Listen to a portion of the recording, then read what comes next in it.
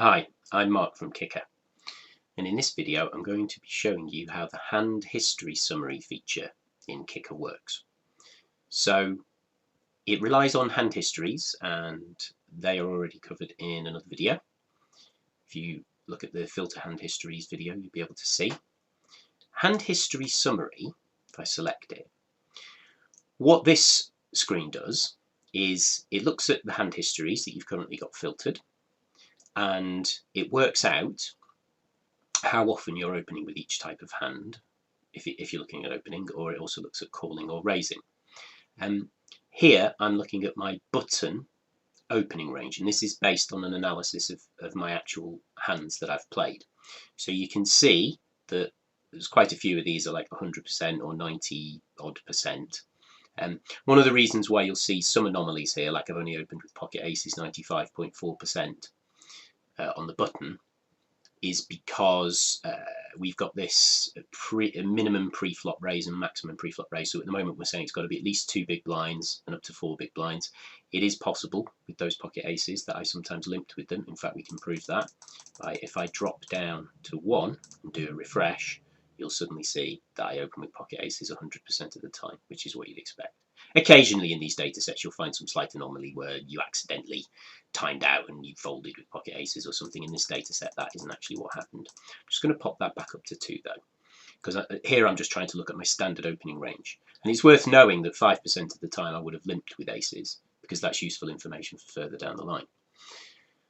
We also have some other criteria here. The minimum hero stack size pre-flop needs to be at least 30. So if in this case, if my stack size had been lower than 30 pre-flop, it's not going to show up in this data set.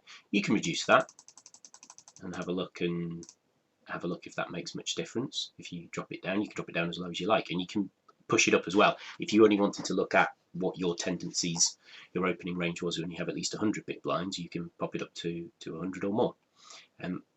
This little checkbox here, show percentages, is just whether you see the percentages or whether you see the actual numbers. By default it's set to percentages.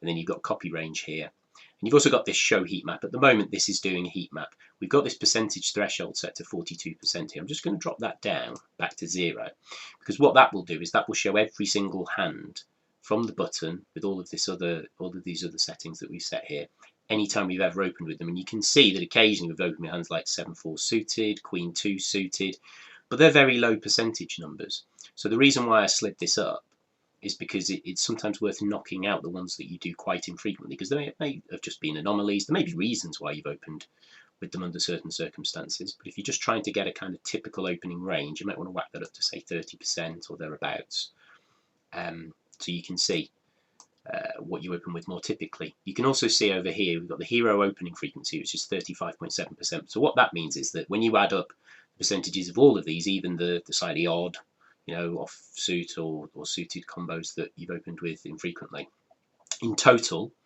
hero, as in me, because this is my data set, opens 35.7% from the button, but you can see the percentage of total starting hands is 62%, because what that's saying is that just gives you an indication of if you've ever opened with these hands at all. And if we turn the heat map off, you can see that these hands are all just indicated that they've been opened with at some point. That's why they come out at 62%. I'm just going to slide this back up to about 30% or thereabouts.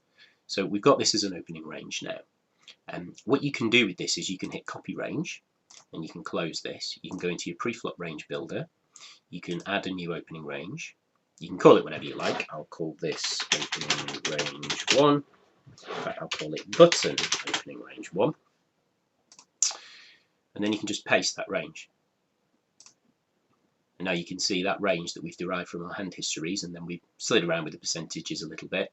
Now you've got that range, and you can manipulate this. You might think that 10-7 suited is a bit anomalous, a bit of an outlier. You might want to get rid of it. You might want to add 1 or 2 more in. This gives you a rough idea of the shape of your range that you're opening with at least 30% of the time. If we just go back to the hand history summary, you can also look at calling ranges. So if we hit calling, we're staying with the button. We'll just say villain position any for now. And we hit refresh. We can see the kind of calling range that we have on the button when the villain is open from any position. So just an average of whenever the villain is in a position that they've opened before us and we've had a chance to respond. This is when everyone else has folded, by the way. We're not looking at more complex scenarios of where, you know, a villain has opened and someone else has called. This is just purely villain opened somewhere and it folded around to us and we had the chance to respond. You can see here that I'm always raising pocket aces. I suppose it's possible I'm folding them, but we'll see in a second when we look at the raising range the truth of that. Very occasionally flatting with kings and queens, flatting with jacks some percentage of the time, but predominantly raising with these hands. And then you can see the other sorts of hands that we're calling with. Again, I've got the percentage threshold slid up here. If we slide it down, you'll start to see some of the more marginal hands that are in there much less frequently. So, but we can put the villain in a specific position as well. So at the moment we're saying any, but let's say, oh, by the way, we're looking at 6-handed play here, but you can look at any number of players. You can stick that up to 9-handed or 8-handed or 4-handed, whatever you play. Let's say the cutoff though. So we pop the cutoff in, refresh the data set, and you can see that this is my response when the villain's in the cutoff and I'm on the button. So it looks like we're re-raising with aces and kings all the time, flatting with queens occasionally, but mainly raising, flatting with jacks chunk of the time, but raising sometimes, and you can see the tendencies with the other hands here. Again, if we slide this slidey around, you can knock out less frequent hands. So again, you can copy that range, so you might want that to be your calling range. So if we copy that range, and then we go to the preflop range builder, we want to add a responding range this time, and we'll just call this button response to cutoff open. We say OK, and then we just paste that range in, and again you can go in and edit that range, do what you like with it, but obviously you can see that this is giving us an indication from actual data. The reason why that other one I added in earlier on isn't here is because I cancelled this dialog and it disappeared because it's just for demo purposes. Same thing will happen with that one when I cancel. Let's go back to the hand history summary, and if we go to the raising, we do the refresh, and you can see, here we go, I was raising with pocket aces 100% of the time, and kings. I mean, that's quite questionable. This data set is from a few years ago. I probably should be flatting with those hands sometimes. Got pocket queens, pocket jacks. You can see this is almost the reciprocal of what we just looked at. Obviously, the more data you have, the more accurate this is going to be.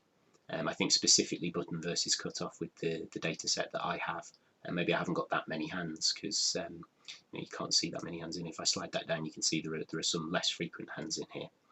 But this gives you the ability to have a look at all of your ranges, opening, calling, raising from any position and all positions, and responding from any position or all positions, with the villain in any or all as well. And then use that information in order to help build ranges that you can then use for analysis elsewhere in the tool based on actual hands that you played. So sometimes I found certainly in early analysis of my play that I would think that I would do certain things with certain hand types more often than I did, and then when I looked at my actual tendencies, I could start to see that I was kidding myself, that there were certain hands either I wasn't opening with or I was opening with. I was favouring suited gappers from early position when I didn't think I was so much. This just tells you the truth, so I found it very useful in that respect.